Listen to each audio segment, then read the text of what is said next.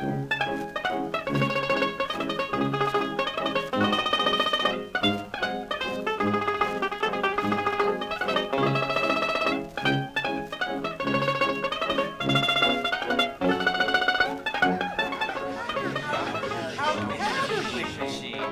wig machine.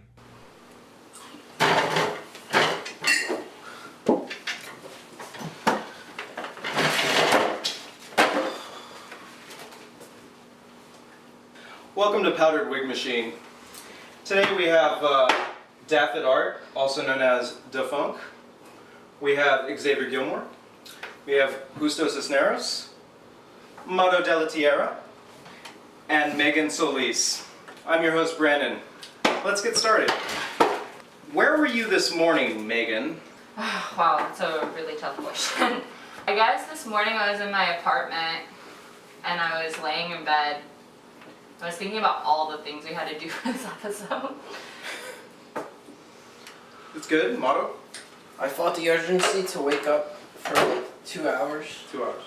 I was like, no. So I just like kept laying in bed, and then I finally got up, and then I'm like somehow here and stuff, you know. Thanks for being here. Yes. Justo? I pooped. No, I seriously pooped. Then I went to Pride. And then I didn't poop. Xavier? I was watching cartoons. Which ones? Teen Titans Go, specifically. Mix it up. Yeah, mixing it up. They do mix it up. They mix it up in the cartoon. They know adults are watching. Daffy. Oh, I had some huevos rancheros at a local Mexican restaurant, and hit up a flea market after that, looking for some cassette tapes, records, some weird comics. So let's change gears a little bit already. Where were you on the morning of September 11th, 2001? Oh, me? Yeah, you. David, what we got? I was at San Antonio College studying some photography. We were excused from school, and there was a big traffic jam in the parking lot. And I asked some friends of mine if we were going to be able to make it over to McDonald's for the Flapjack special. We didn't make it. Everybody was closed. Xavier, where were you September 11th, the morning of? I was in study hall. High school? High school. Yeah? Yeah. I might have been listening to Primus. Ooh. Was it a specific album of some sort? No, it was when we were just exchanging CDs in study hall. I was like, oh, you like this? Check this out. Justo, where were you? I was in my parents' living room. Why weren't you And at school? what's going on? Yeah, why weren't you at You should have school? been at school. No, well, we were late. I was always late to school, so I remember my first class that morning was multimedia. Just fucking around with Photoshop or something like that. Yeah, we were. I was in my parents' living room. The first plane crashed, and we thought it was just kind of like an accident. And the second one came, and it was just like, ooh. Where were you, buddy? I was in 2nd grade. Oh my god. Like, Wait, how old are you? I'm 23. Oh, you're 23 baby. years young. Okay. Yeah. Cool. So like no bullshit aside, like I just remember I didn't know what was happening. I just remember we left earlier, and then before I was going to school, I saw people jumping off the building, and then I was just like, what the fuck is going on? Why are people doing that? Yeah. And I mean, I was only 7. I had my whole life ahead of me and shit. You know what I mean? And You did. I mean, here I am now. You know, here I am. Here you are now the president of fucking Jesus. Yeah. Megan, where were you? I was in 5th grade, so I'm still young. Oh, I'm a little baby. thank you. I'm just a Thanks baby. for clarifying. I'm 27 years old. Yeah, I was in 5th grade and Come I to was in expect class. I was in class. I remember they had the TV up in the corner, and then and then they like were broadcasting it, but I didn't understand like what was really going on, like and why it was so big, I guess. And then they had us like draw, like after like a week or a month after, they had us all in the class draw what had happened or our experiences, and then I won like first place for the 9/11 drawings, and that's how I knew I wanted to be an artist, y'all. Question number 2. I'm gonna start with Megan. If you could change your inner speech voice to anyone else's, living or dead, who would it be and why? Can we start with David first? Because I feel like it's only towards me. I'm sorry I'm skipping the roll, but I feel a little put upon. Okay, just kidding. I'm sorry. I'm just kidding. I just feel some pressure because I didn't think about this question.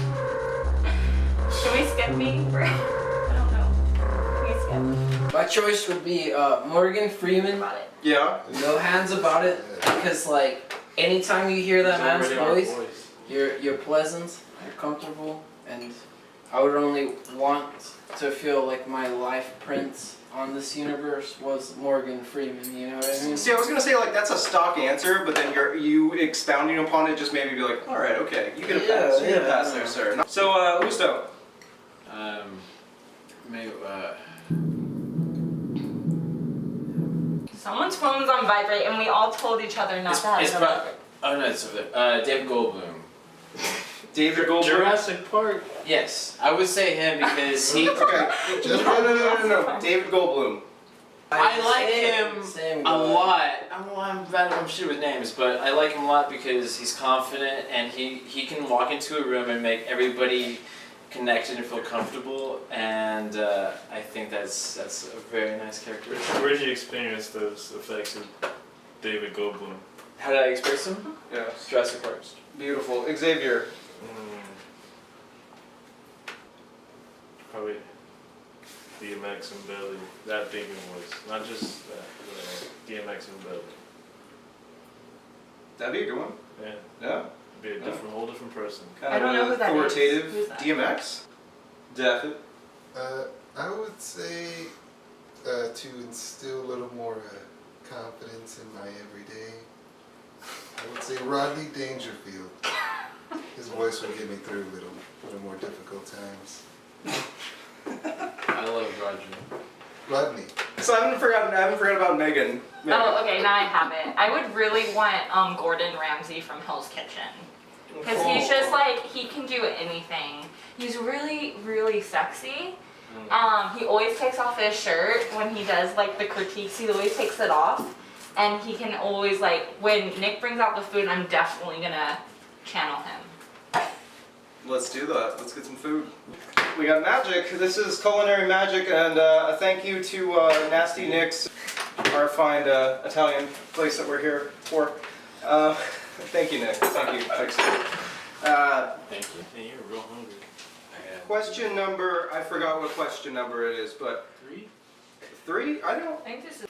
David, we'll start with David. What band or artist did you listen to when you were 13 years old that makes you cringe in this very moment, sir? Still embarrassing.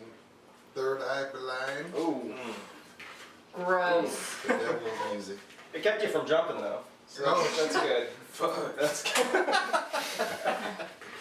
There's a song about that from Third Eye. No, there is. Oh, there is. Yeah, there is. Yeah. There is. Can we? Crazy how we all knew that. Do we have the same brain, all of us? I think so. I think so. Mara's Maybe. with us here. So, Xavier, 13 years old, what makes you cringe that you listened to back then? Mine was Korn. I'll have to say probably Head PE. Oh, Ooh. Head Planet Earth. I think that's what the PE stood for. Husto. Creed. Free. Yeah. That was embarrassing. Like Was that an album? and with this, and I saw them on tour, and I bought their shirt, and I wore it to school. I know you did. How much was that shirt? Like 25 like $30 bucks. Oh, shit. And it was worth it. I remember I wore it to school, and some jocks were just like, Tell me, yeah. they're just like, hey, Creed. You know, just like. You did a... That's it. It wasn't good. It wasn't pleasant, but and I don't care. It was the Whatever. best years of my life. It informed my where I'm at now. So. It's true. Here you are. Thank you. And how about you? What was your band? I'm the host, sir. Slipknot. Slipknot. I was like ride or die ho. Like I was like ass ready whenever. Like you know what I'm saying? I do. So Slipknot for sure. That's funny. I was into the Slipknot knockoff band Mudvayne. I was really into them for a second. They were good. They were tougher. They were Slipknot B. They're beefier. They were tougher. They're Yeah, good job. Megan, Mine what was. made you cringe? Oh, mine now that makes me cringe, but I really loved when I was in middle school was System of a Down, Oh, particularly the shit. Toxicity album. Oh yeah. I guess, I don't know, did y'all like it when, Yeah, Or so you- that's a big I owned that record for a second. yeah, Yeah. I feel like I had like the hoodie, like I went to Hot Topic specifically to get a System of a Down hoodie, Wow. for that, yeah. Hearing a lot of new metal, it's just because, thanks Kiss. Thanks 99.5 Kiss. Thanks San Antonio. Thanks a lot for We're a that. product of our environment. We are. We can't escape it. Question number 6. If there is reincarnation, and there is, what will you return to the earth as? Or would you rather reincarnate as someone or something in the past? Let's start with Megan. Okay.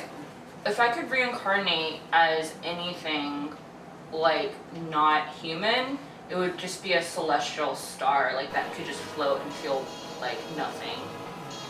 Like, I wouldn't want to be, like, honestly, I just wouldn't want to be in a human form or anything that could feel pain. I would just want to, like, move through. Kind of like the 2001 Space Baby. Or like in Akira. Is that a type of car? Maro. What was the question? I want to be a fucking a gazelle. Yeah. Yeah? Just to have like that like elegance when I run. And I know that I'm gonna die eventually. But But you'll be elegant as fuck before that. yeah, fuck yeah. I've seen you run and you're very elegant. Yeah. Oh really? You're like a gazelle, I would say. Okay. Well then I would say Take the compliment. You say run thank with you. it. Just say thank you. You say thank you. You just I say thank you. You're beautiful. I don't know. You're a beautiful gazelle. Gusto. Do you want some Parmesan? There's too many things, but I mean, I should resort to my heroes, I guess. But I would say Stanley Kubrick. I would like to be Stanley. You want to reincarnate and be Stanley Kubrick, go bald, grow a beard, get kind of chubby, Lie to the nation. fly to the nation with Yeah, the that sounds moon landing.